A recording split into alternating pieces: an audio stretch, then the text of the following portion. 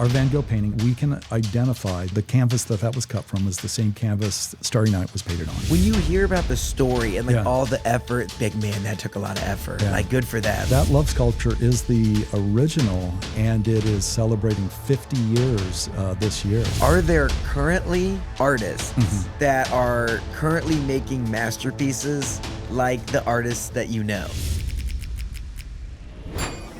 From South Bend to Evansville and everywhere in between, this is Get In, the show focused on the Hoosier State and the incredible stories happening here today. I'm Nate Spengel, founder of Get Indiana, and I will be your host for today's conversation. If you're looking for a neighborhood that offers more than just a beautiful home, check out Aberdeen in Center Grove. It's Indiana's first agri-hood and wellness lifestyle community, a place designed with elegance and intention. From the architecture to the open land, everything about Aberdeen encourages connection to each other and to a simpler, more grounded way of living. The terrain is rolling, the features are timeless, and it's designed for all ages, families, business owners, and new empty nesters. This is a neighborhood where you actually have room to breathe and space to connect. As the vision says, residents love their neighbors and their community as themselves. That's rare and it's worth seeing in person. Schedule a tour at aberdeenliving.com. My guest today is Jonathan Berger, and he's an award-winning leader and the Vice President of Marketing and External Affairs at Newfields, a 152-acre cultural campus that includes the Indianapolis Museum of Art, the Lilly House, and so much more. He's an Indiana native and a University of St. Francis graduate up in Fort Wayne.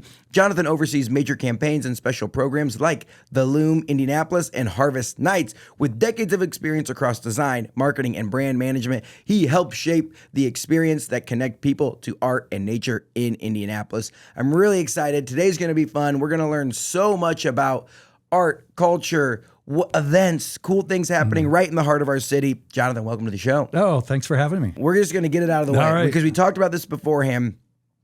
What is Newfields? Well, Newfields, like you mentioned, is the cultural campus that is home to the Indianapolis Museum of Art, the Garden, and also the Virginia B. Fairbanks Art Nature Park, which is 100 acres, beautiful, lush greenery and sculptures. For our Facebook listeners, they might have been here but not known they're at Newfields. A lot of people have referred to it for a long time as the IMA. Absolutely. And so what we did probably about, it's almost 10 years ago, we did a segmentation survey, as many companies do, to find out who's coming, who's not coming, and how we can attract more people. And it was a blind study. So nobody knew that they, were answering questions for Newfields. And, we found that a lot of people wanted to come and enjoy nature and enjoy art, but maybe they felt the word museum was a little stuffy. And so looking at our own campus history, the plot of land that we're on is called Oldfields. And while J.K. Lilly was living there with his family, they built a house kind of in a corner for the next generation, and they named that house Newfields. And so tapping into our own history, we decided to name the campus Newfields because we're so much more than an art museum. Newfields then becomes the campus that houses all of these things. Think of it like a university, like Butler University. That's the campus name, but then you still have the individual buildings that make up. If you still want to go to the field house is there. Yeah. Wow. Now we're only like 2 minutes in, and that's knowledge of Oldfields to do. That wasn't just like they sat in a boardroom and were like, okay, let's think of creative names to inspire people to show up. It was like, no, we had Oldfields, Newfields was the thing, like, let's call the whole thing Newfield. That's awesome. A lot of the things that we do are steeped in our own history. The interurban railway cuts through our campus, and we can talk about that a little bit later with Harvest Nights. I did something called the Ghost Train that cuts right through where that rail was. Okay, wait. So as the vice president of marketing and external affairs, that seems pretty fun to get to come up with all these projects. Yeah. I do want to, so now we know Newfields is the campus, and there, what are like the main couple, do you call them attractions? Sure. The Indianapolis Museum of Art, 140 plus years, and then the garden that it sits on, it's an Olmsted designed garden. Lilly House sits on that campus. There's this beautiful garden. And then we have 100 acres, the Virginia B. Fairbanks Art Nature Park, where you can go iconic Funky Bones, And we're always changing. That little, and there's a little like pond out there. Yeah, you go to the lake. lake. Yeah. And that was ran that trail. That's a good little. If you take the tow path down there and then you zip out there and go a little, loop de loop around the lake, pretty good. Oh yeah, absolutely. It's beautiful. It's beautiful out there. Okay, so now I want to know. We're going to dive into history a little bit. Okay, so we have an idea of what Newfields is today. But where did this all get started? And the Lilly family's involved, and this is pretty crazy. So it goes all the way back to the the 1880s with the Heron School of Art, really, and so that's where our roots are. And I think, I'm not quite familiar on the dates, but we ended up ballpark. So it was the Indianapolis Institute of Art. Or the Association of Art. Okay. And then it was kind of outgrowing its space, and so in the 1960s we were really looking at where do we go? Oh, was it downtown? Yeah. Okay. And so we moved from downtown to where we currently are, and it was a gift from J.K. Lilly and the entire house, the contents of the house. So the house is a museum within a museum then.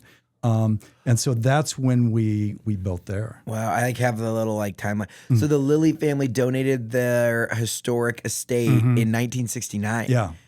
Wow. So it's really not that old when you think about it. No, but the property is old. Yeah. Whoa. Oldfields. Oldfields. There we go. Wow. Okay, so then you guys move over there. And then at that point, was it the Indianapolis Museum of Art in 1969? Yes, I believe it was. Yeah. Wow. Yeah. I would love to see what the property looked like at the peak of the Lilly family running around there. That would look so cool. Oh, it's amazing. They've got it's where our current beer garden is, called Garden Terrace. And that was their playhouse. So, you couldn't play cards and euchre. You'd go out to the playhouse, and it had a pool, and it had an indoor pool. And so we've made that into a kitchen and kind of a meeting facility, and that's our beer garden. So you can go out to the original Lilly Playhouse and sit and have a beer where the pool was. There you go. Yeah. That's awesome. I love it. And then I'm again, as a history guy, I've toured. I was out for an event. Lilly House was open, and I walked, and they had the old cars in the garage. Oh yeah, that's on thing. loan from our friends at the IMS Museum. That's awesome. Yeah, we also have a car up outside our design gallery. It's as a cultural centerpiece, we work with our colleagues. Which is, I do think that is cool to Indiana, or especially Indianapolis. A lot of the the Children's Museum will get something from the Speedway and then give that to the Pacers, and everyone just kind of works together to collaborate, which is fun. Yeah, we're doing something with the Children's Museum. I think that's coming up. We have a piece of equipment. I think they're going to use it with maybe some of the dinosaur bones or fossils that they have. This equipment that we have, so that we're going to partner with. That's fun. Okay, talk to me about the evolution of the Indianapolis Museum of Art to Newfields. What did it look like, feel like, obviously see from pictures and stories, how a museum turns to be more modern and attract more people to come through the door? Yeah, and I think that's part of that evolution. I mean, if you look at some of the larger museums in the nation, by the way, we are one of the top 10 oldest and largest museums in the nation. Our footprint right now is 669,000 square feet on 152 acres. And that makes us very unique in the United States to have all of this space. So if you look at the Met, if you look at other museums, where they are is a tourist attraction in and of itself. And so here we have this very iconic museum with a collection, second to none. And we're more than just a museum. And so, really building that out and looking to, okay, how do we build attendance and revenue? Because that is the other thing. Even with the Children's Museum, it's you're not getting a ton of foot traffic off the street. Yeah. You have to create a day where you plan to travel over there. Yeah, and maybe that's why me in my position, I have the luxury of building out some of these events to attract people and build attendance. I look at Newfields not so much as an institution, but an invitation. And it's a way that we can invite people to come and enjoy art, to enjoy, culture and nature, because sometimes people are curious about art, but a little intimidated about going into a museum, not knowing what they're looking at and how they're supposed to feel. How do you even correctly appreciate art? Well, I'm always worried about looking at something and being like, oh, that's cool. And they're like, cool. This is my life's work, you know? And I'm like, apologies. No, and I think that the things that I like to do and the stories that I tell are, to demystify that a little bit. And I think a good example of that is our fully immersive experience on the 4th floor of the LUME. And the first year that we did that with Van Gogh, so you're still kind of COVID when we opened that, but people came in and it's our entire 4th floor. And so it's more than 30,000 square feet, and that's just the floor space. So you had projection on the floor and the walls all throughout. There's a cafe inside. And so, not to be the P.T. Barnum of the museum world, but, we're inviting people up and dazzling with the magnitude of art. You're standing in a Van Gogh painting as it's being painted around you and just coming to life. Crows are flying and then it makes kind of a full circle. And in the final gallery, you're kind of dumped off into a traditional gallery space. And so suddenly you're looking at art like, somebody that's lived with art all their lives. And, from that digital experience, you get back there and in that gallery, we had our own Van Gogh, we had Cézanne and a Gauguin, all side by side, all painted, roughly at the same time. Like period. A real one? Oh, they're all real. Yeah. Whoa. From our collection, we have over 42,000 works in our permanent collection. Only a fraction of those are on display. Okay. And so when you get back in that gallery, you're looking at that Van Gogh now with a deeper understanding of art. And I've never seen more people elbowing their way up to get a selfie with our Van Gogh, and it was just great to see. And we did that again with Monet and Salvador Dalí. And currently, we're exploring Indigenous peoples of Australia and their art. And these are all contemporary artists, 110, 111. Whoa. Yeah.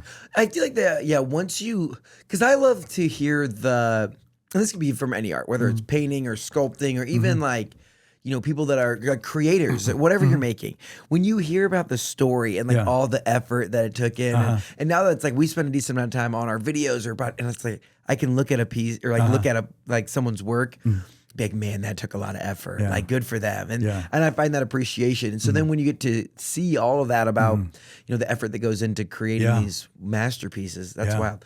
Okay, so I asked the same question, and we kind of dove into it when I had.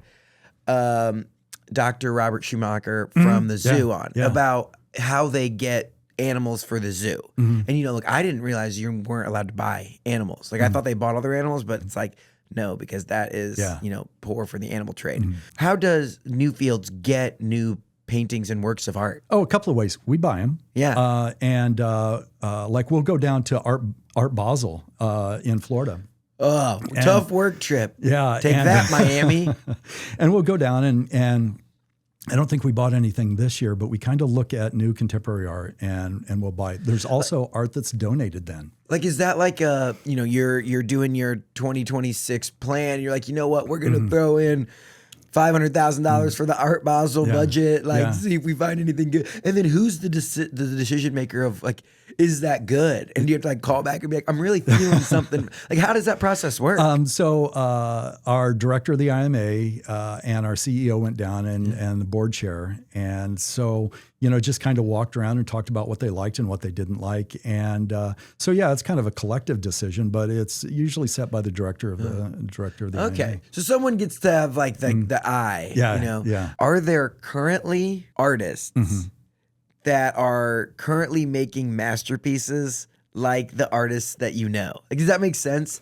Like, is there a Van Gogh that's currently alive? Yeah, I think like, that's the scholarship of art, and that's what our curators, that's what they, especially a contemporary curator does, is like identifying, okay, what's the culture that we want to preserve? What do we, and so that's absolutely the job of a curator.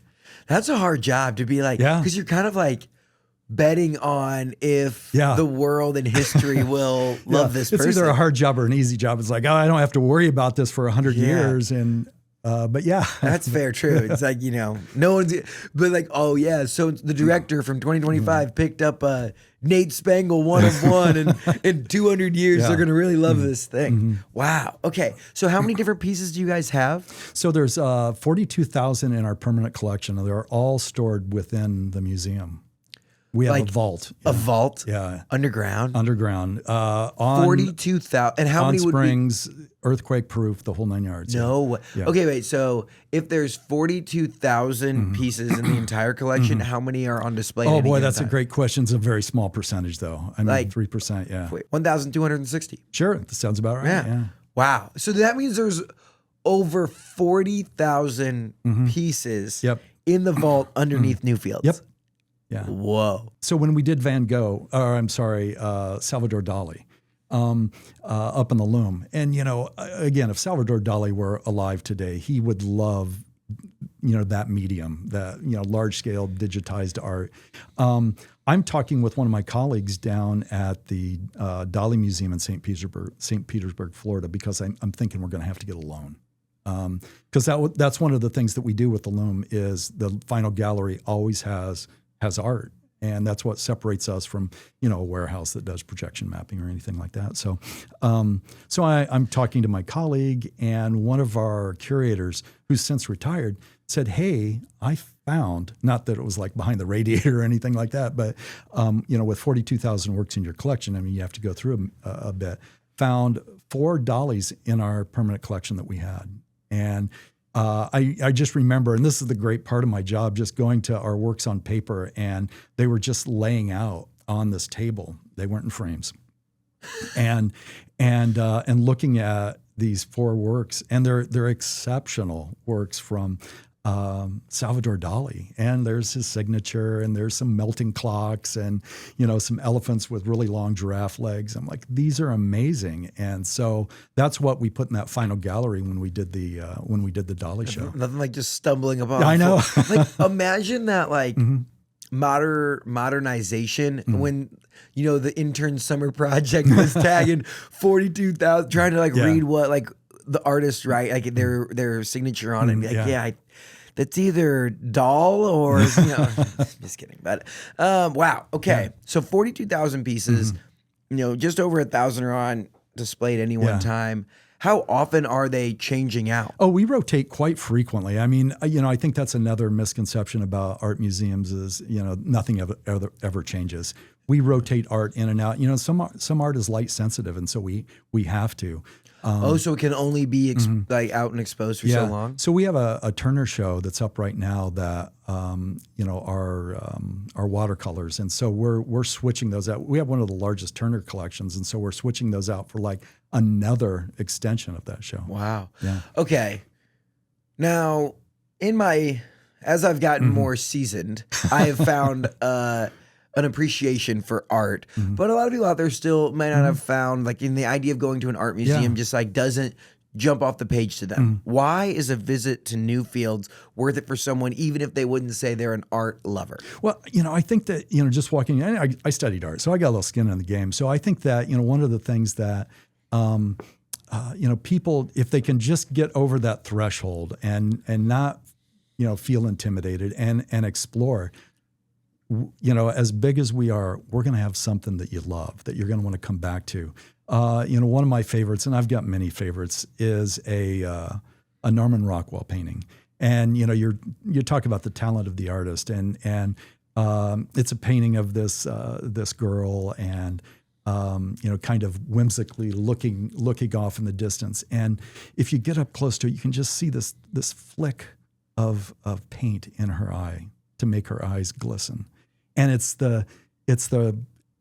just amazing to see, and it's the skill of an artist doing that. How do they even do that? Yeah, and it's just a little flick of white paint that makes the eye. I couldn't even cut out a hand turkey right, in elementary school, and a flick of paint. Yeah, and so I think people, if you get out and explore it, you're going to find something you like. And again, we have a garden, we have, the outdoors, we have, Lilly House, and you can explore that, and you can wander around with a glass of wine in your hand. which is just great. That's how you're talking about people that may not have found their appreciation for art. How can the ravenous art patrons make the art scene more inviting to maybe others that aren't as diehard art currently? Sure. I think that, all of our donors and our board and our employees are all, kind of agents of the organization that can get out there. And, I'm in marketing. So, going out and, telling the good news of Newfields that, wow, there's something here for you. And there have been articles that have been written about art and nature and how they can lower your stress and lower your blood pressure and work on depression and things like that. And so we do programs where we invite people to come and enjoy art and nature because there are actual health benefits to it. One, I totally love that. And I do think anytime I take that little trail and I end up out there, and then I just recently have explored the grounds at Newfields, and it's so cool. Yeah. From the Lilly House to, the museum, all the stuff, it's awesome. And I feel like I've actually found each square at different events or different things, which is fun. A big piece of what you guys do is events. Yeah. Talk to me about some of the longest standing, some of the biggest events that happen on the grounds at Newfields. So we just finished up Winterlights, which is beautiful. I mean, it's like being in a snow globe. Gentlemen, you want to win date night? Winterlights is the way. No, it's funny you mentioned that because I warn my friends actually. It's like, hey, if you're coming here, with your girlfriend, by the time you get done, you'll be engaged. You'll set a date. It'll happen because it's one of the most romantic things you could ever do. And so we just finished up the 9th year of that. And so next year we'll be, celebrating really big with the 10th year of Winterlights. And then kind of right behind that was a program that I put together called Harvest Nights, where you really can't beat, fall and autumn in Indiana. And so really leaning into that. And we'd already been, our horticulture team had already been dressing up the garden with, tens of thousands of pumpkins. And so there was this back path that we had that was a service path. And I'm like, hey, let's pave that path. And we'll just line it with jack-o'-lanterns and, the ghost train. And I was starting to dabble in that projection mapping that we use up in the LUME. And I'm like, we'll tell this ghost story on Lilly House. And it just really all came together. And, in a way, this all happened during COVID. And so we built all of that during COVID. And then when people were starting to come out of their COVID caves and made it to our campus to experience Harvest Nights, it was a slam dunk. People are really interested in these unique experiences. You talk about, oh my gosh, the holidays have a ton from something like Harvest Nights to the Chris Kindle Mark up in Carmel to Winterlights to the fair. There's just so many things around the holidays that it's if you sit on the couch and say you're bored, it is your own fault. No, you're absolutely right. How cool is it to be able to come up with an idea in your head and then see it come to life out there on the ground? Yeah, well, my career, I started off as a graphic designer and a creative director, and so I'm always, kind of conjuring up ideas. But to answer your question, one of the things that I really enjoy doing is being there at Harvest and kind of mingling with the crowd and hearing what they're saying. Where kids are just over the moon about how many pumpkins are, and so are parents. And part of me, I take great pride in when you do an event like that.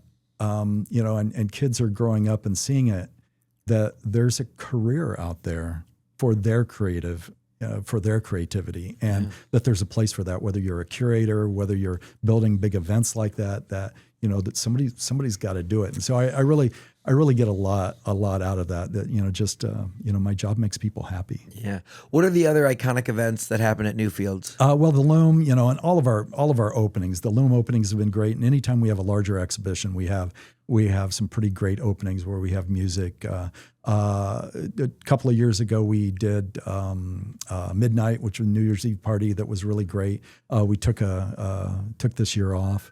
And just some of those, I think people want to be around art. They want to be out in nature, and we have this amazing setting for it. We did a dual after party when the duo came to town. I was there. It was sick. You walk in and you start with the champagne toast, and you're just walking around, and there was real celebrities. Yeah, there. and that was the best part. And you know, everybody, you know, Dylan was so approachable, and Patrick Warburton was there, and he's a national treasure. But no, it's a great event. We also did something called All-Starry Night. It was for the All-Star game, and we had a Van Gogh projection on the 4th floor, and Common was there, and it was a great night too. All-Starry Night. That's great. Good play on words. Yeah, so we do all these great events that, you know, again, an introduction, an invitation to, you know, all the things that we Well, have. and it's not just you guys. Like, there's also like other organizations that will host their things. We have great partnerships with, you know, like Dance Kaleidoscope. You know, the I don't know what that is, but it sounds cool. Yeah, they've got an event. It's a dance group here in town. Heartland Film Festival comes in, and you know, and again, it's you know, supporting the arts, and not just, you know, paintings on walls, but the, you know, the art and culture that we have here in Indiana. Yeah, I mean, and I'd be remiss if I didn't talk about. I'm part of Penrod. And Sure. We host the exactly. largest single day art fair in the nation. The Saturday after Labor Day. Don't ask me about dates, but and it's all like, I mean, we got to explore and do the whole thing. And last year was my first year as part of the organization. Oh, really? Great. Yeah. So I'm like, you know, toting the stuff on the back paths and driving the golf carts around. It's awesome. Yeah, and so I mean, all of these things, and you know, we were talking about, you know, when the eclipse in 2024 came through. One of the ideas I had was let's just open up, you know, the campus for what we called Total Eclipse of the Art, which was a single day music festival, and we had over 5,000 people, you know, come to our campus, and just. I can't think of a better way for nature to interact with nature and art than Mother Nature. And it was great. We had music. We have an outdoor amphitheater that we had a band called the Molly Ringwalds that played all these great 80s hits. Sign me up. And so it really, I think, invited people not just from Indiana, but, you know, kind of the states around to experience, you know, the total eclipse in a completely different way. Well, when you talk about really putting Newfields on the map, there's another iconic piece from an Indiana author that like all tied this whole thing together. Yeah. Talk to me about Funky Bones and the Faulkner Stars and how that all came together. Because now it's like, you know. It's iconic. And that was before my time. And I actually thought you were going in a different direction with, you know, one of our most notable works of art, our love sculpture. That was created by Robert Clark from Newcastle, Indiana. Two very iconic pieces. Yeah. The loves those are awesome. And that's that love sculpture is the original, and it is celebrating 50 years this year. So, that's the original. Yeah, the original. Yeah. Okay. Corten steel. All the other ones are smaller and made out of aluminum and paint. So that's iconic. Yeah. But I just feel like there was a moment where people would travel, or when they were in Indianapolis, they wanted to see the thing from the music, from the movie. Yeah, Funky right? Bones. Yeah. Do you know any detail behind that, or like how is John Green a friend of Newfields? Oh, of course. I believe his wife was a curator at one point, and so you know this, from the most part, a love letter to his wife with Funky Bones. And so, the Virginia B. Fairbanks Art Nature Park, just, you know, the people that come there, and we had an opening not that long ago. There's a sculpture that is like a rooftop that's sticking out of the ground. And the artist designed it in a way that people could climb up on this roof to get a different perspective of the way that, you know, when you're a kid, you might climb up on your roof to get a different perspective. And, you know, as we're going out to take some promotional photos of it, there is a couple that drove in and had some extra time, and they wanted to tour our park. And there they were sitting on the roof with their guitars singing. And this is exactly what the artist designed the piece for people to engage that way. And so here it was, like, we just opened it up. And here was this couple that came in from Ohio, and hey, we had some time to kill. We decided to, you know, we did a Google search. We came to the park. We saw this. We went back and got our guitars and just sat here and started playing. People are so cool. Yeah. Like so interesting too. Yeah. Like I wish I could say that to kill some time, I didn't scroll TikTok and that I just like played the guitar and hung out. That's awesome. If there was a great entrance point, like if someone has yet to, maybe they've heard of Newfields, what would be the like, hey, your first exposure to Newfields should be X? You know, you could come to an opening, but I would say When you say opening, this is going to sound real dumb. No. What's an opening? So an opening would be, so we have opened a new gallery. We have a new show. How often is that happening? We'll probably open up, a couple of smaller ones and then a larger one. So, let's say 3 to 4 times a year. Okay, so this is like quarterly. Two really big ones, I would say. So, like, what are the big ones that you had in 2025? A sneaker show. So this would be like a portion of real estate is developed to sneakers, and the first day it's open to the public is called an opening. Yeah, and Future Now was a great opening, where it's just a big party. To debut the show, and this is a chance for donors and members to come. And all right, let's celebrate. We're the ones that get to see it first, basically. But that might not be a great entry point. I would say just come on a weekday or a weekend, and just explore. I mean, that's all it is exploring. And how much does it cost to explore the grounds of Newfields? $23. $23. Yeah, and that's everything. Okay. So for $23, I can go in there and check out the IMA. I can walk around. I can go here, there, and everywhere. Because is it $23 to run around the lake? Oh, you don't. Because I definitely didn't pay the $23. No, that's free, and that's the other part of it. So the 52 acres that we call our upper campus, where Lilly House is and the museum sits.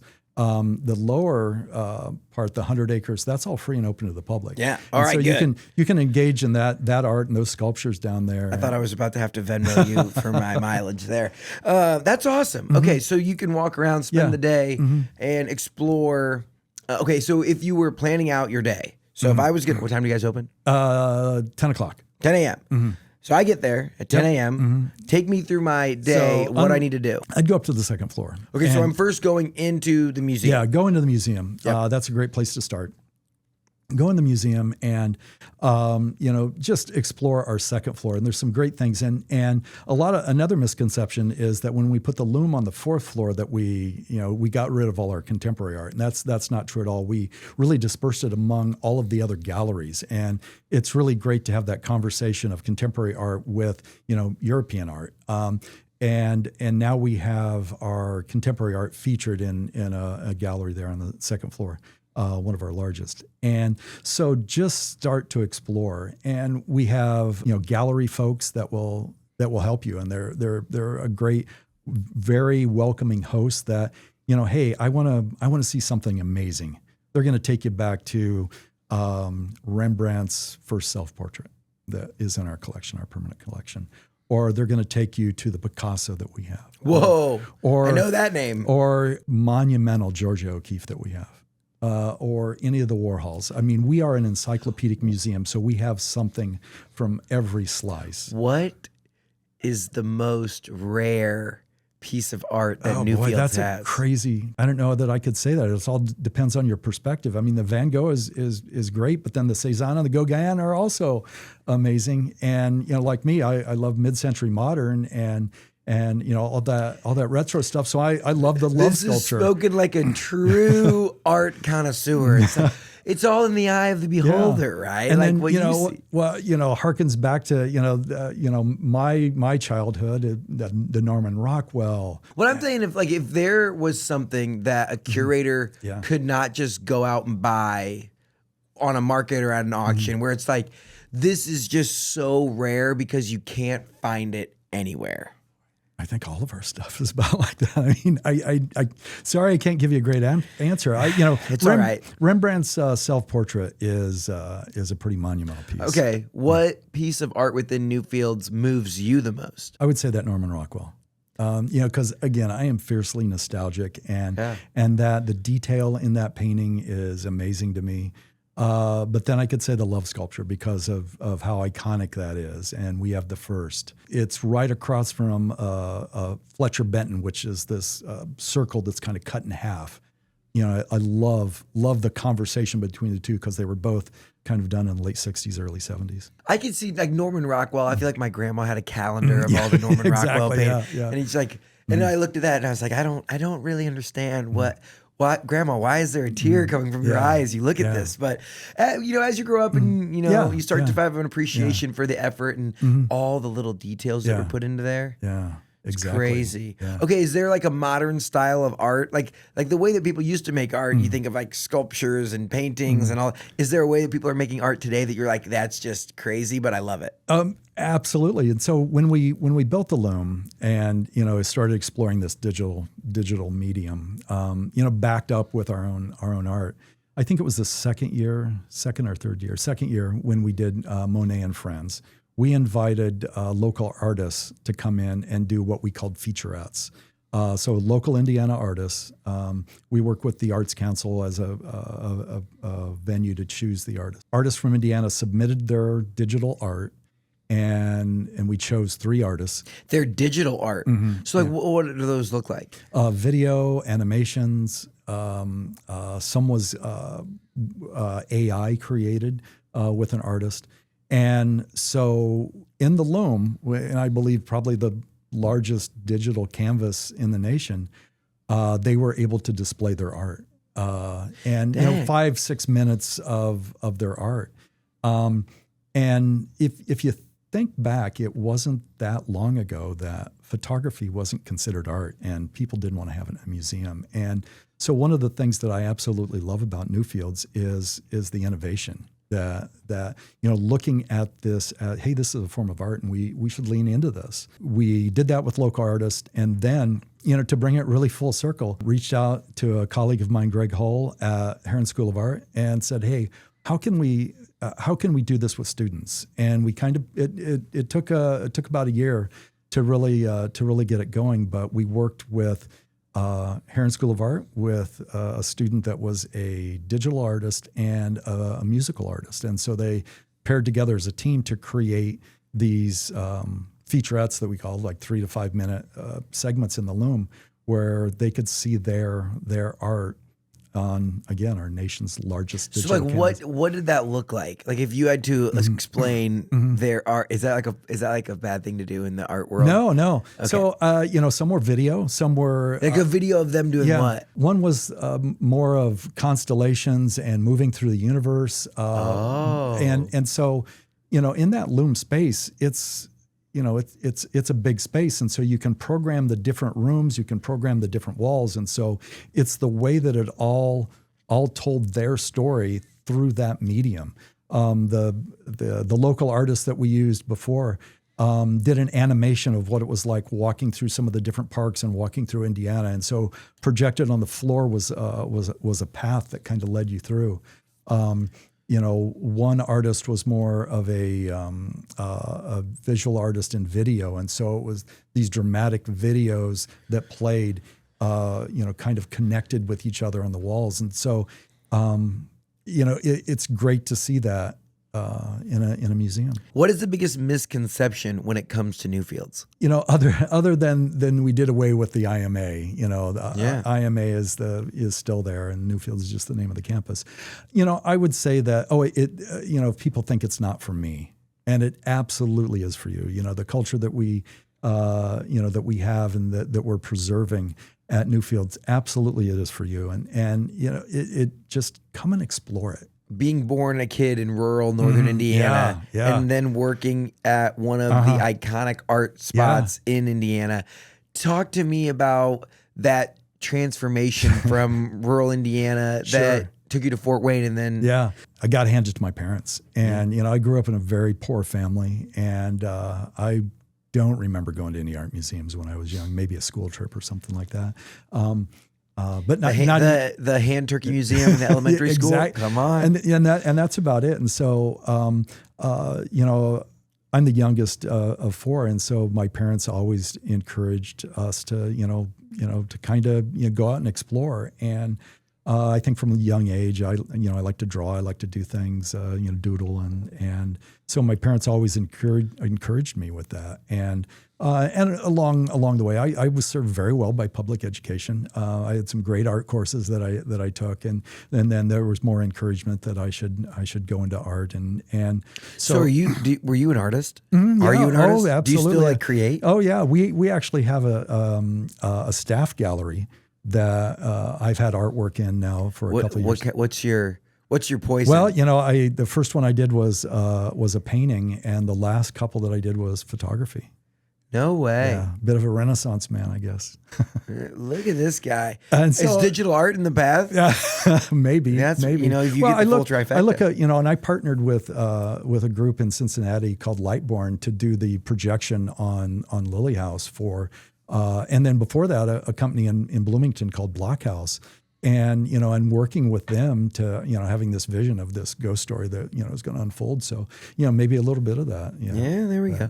Well, so you were an art and then you... So, yeah, and I just, and naturally, I was a graphic designer for a long time, worked at an agency in Lafayette, H.C. McDonald and Sons.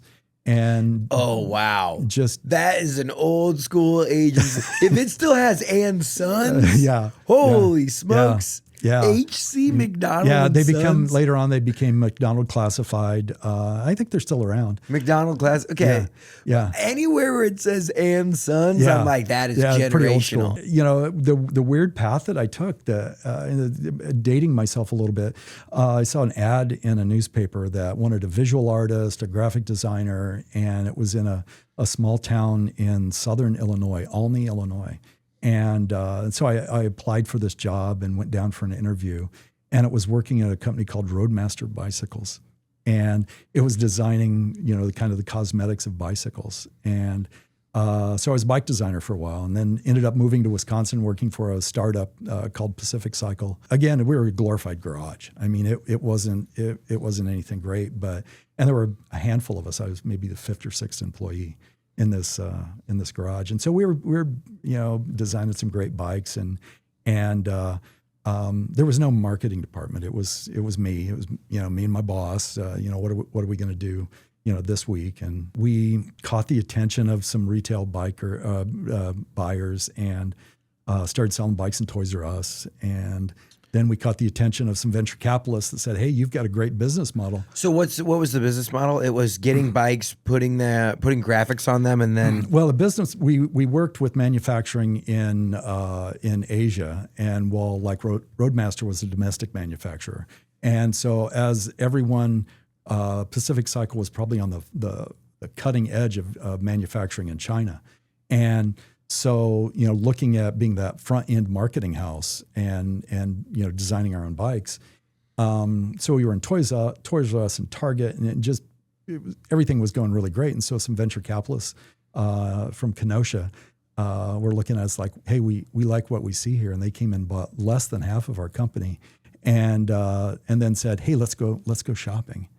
And so we went back and we bought Roadmaster, the company I used to work for. We ended up buying Mongoose, and then, kind of the crown jewel of bicycles, at least for my generation, Schwinn. So you guys bought Schwinn bikes? Yeah. What? Yeah. And so, that's kind of, that's the education and marketing that I have, kind of a autodidact in a way where, I'm in this company and we just grew to be the largest bicycle company. Let me tell you, in the early to late 2000s, a Mongoose bike with pegs. Oh yeah. BMX. A rotor. Oh, yeah. I don't know if that's, but like something you could take to the bike park and hit some jumps on. That was the crown jewel. Yeah. Mongoose, Schwinn, Huffy, great bikes. Oh my gosh. And how'd you end up at Newfields? The company ultimately sold, and then I was working in a nonprofit in healthcare in Wisconsin. And my parents were in their later years, and I really wanted to come home and be with them. And so I started looking in Indiana, and I looking at perhaps capstone to my career, and thinking, hey, really what is that? What is that culmination of of marketing, of design, of art, and nature, and this position at Newfields, came up. I'm like, wow, this, working in the lush garden setting surrounded by beautiful works of art, wow. And I was pretty eager about it, and came on, and it's been great. What's coming down the pipe for the future of Newfields? We've got a pretty big exhibition that I actually can't even talk about. Whoa! We've signed paperwork, and so can you talk about what an exhibition is? This will be a very it's a private collection. Of a couple, and it's been touring, and it'll be coming to Newfields. Very cool. My initial thought was Jim Irsay's guitar collection. I thought that was what you were thinking. That would be great. But if this is a couple in a touring collection, wow, very cool. And so, how does that work? So, like, if I had an esteemed collection of art, and it was touring, I just send my stuff out on the road. Well, and do people pay for it, or like how does that work? Yeah, for the most part.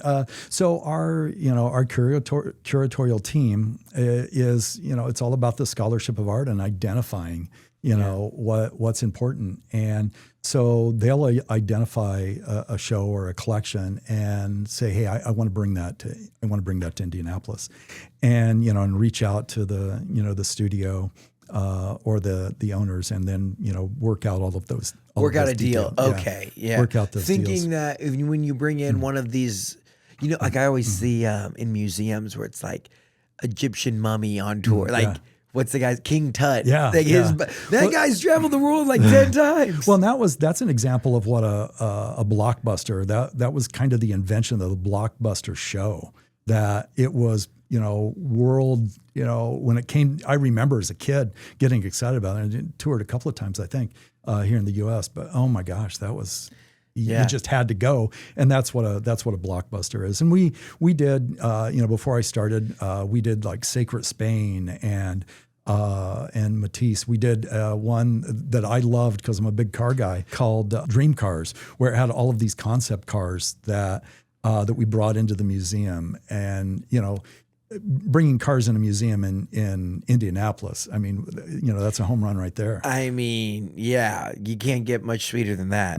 Let's say when you're not looking at art and having the experience at Newfields, are there other places around the city you like to go? I go to a lot of different events. Like I mentioned the dance group Dance Kaleidoscope. I like dining out. Tinker Street's one of my favorites. I'm a vegetarian. My wife and I are vegetarians, and so we go there.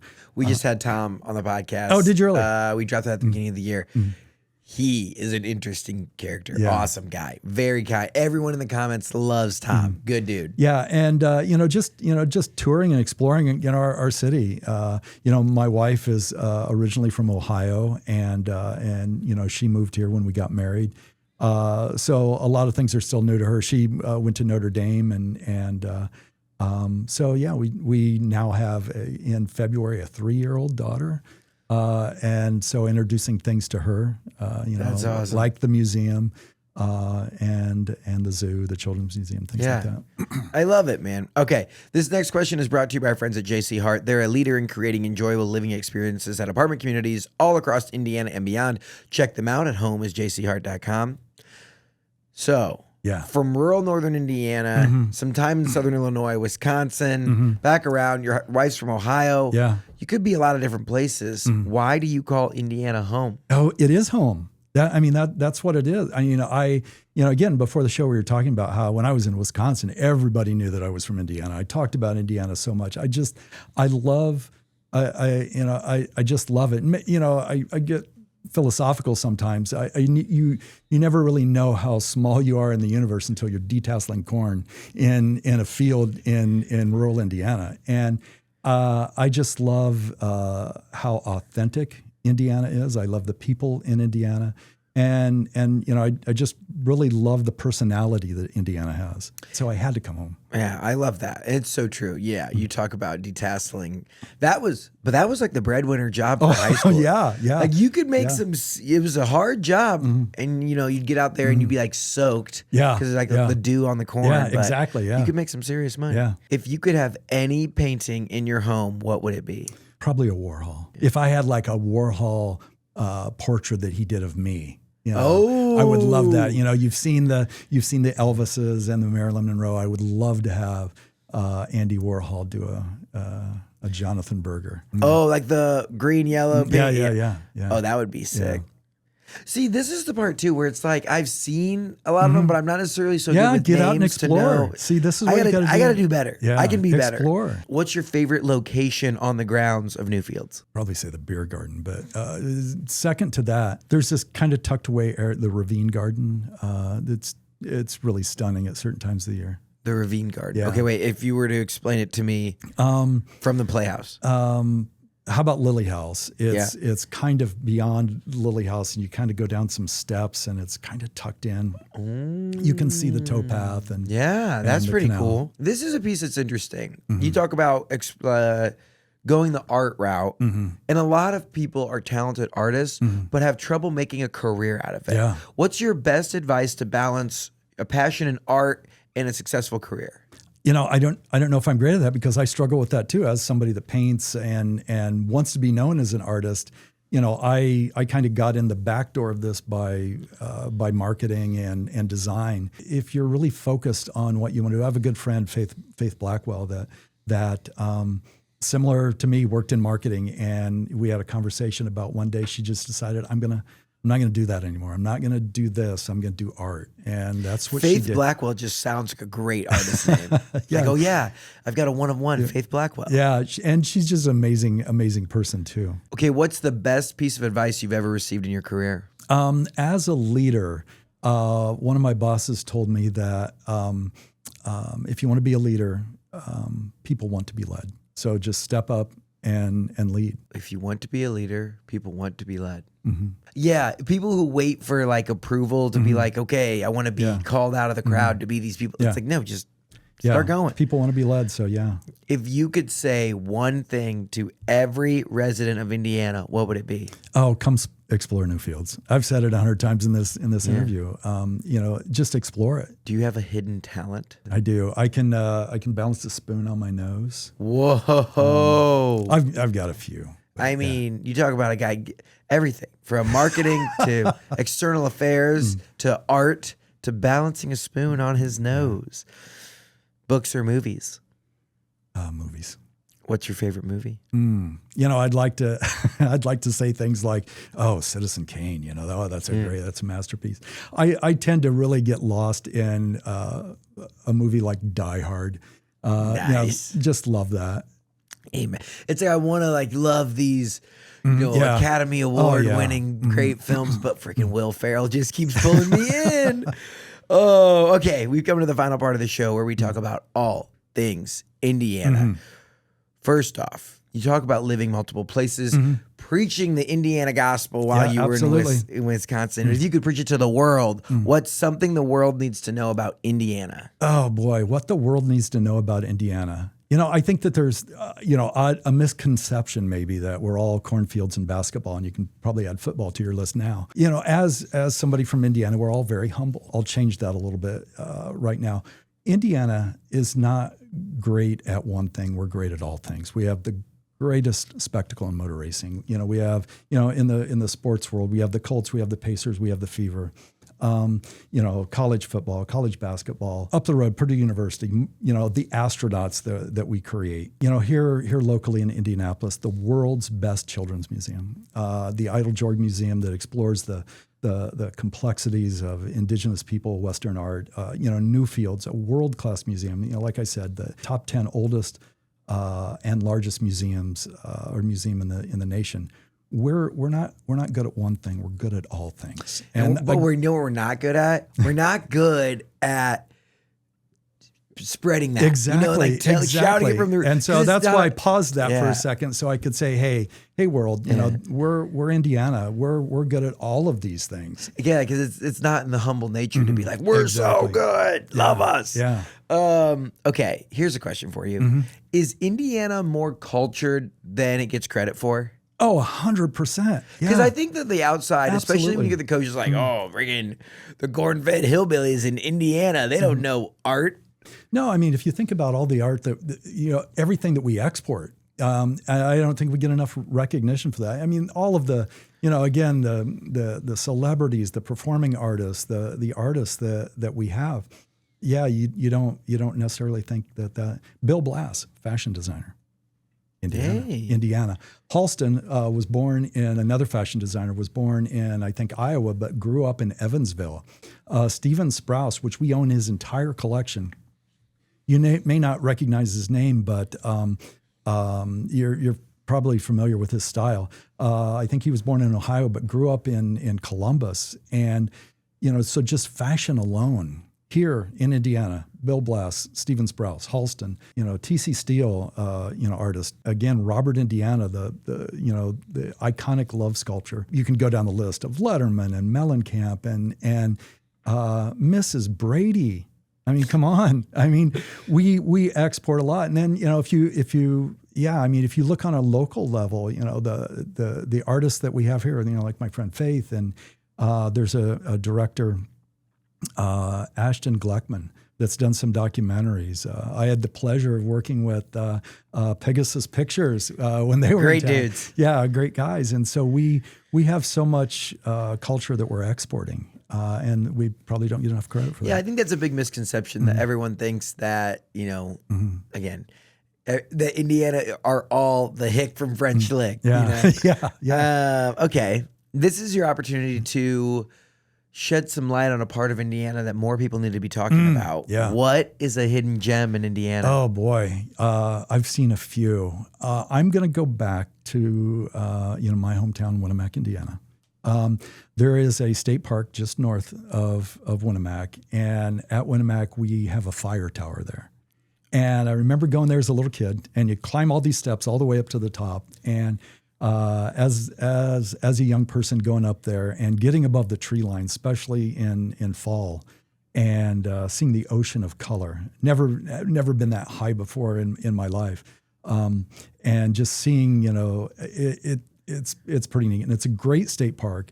And I was so lucky to grow up in Pulaski County, and then be able to, on a whim, drive through the state park and go up there with my friends. Yeah, so this is the Tippecanoe River State Park, exactly. Yeah. The fire tower right by Winnemac. Yeah. I also that's how you're local. Mm-hmm. So if you aren't local to like that area of northern Indiana, you would say Pulaski. Yeah.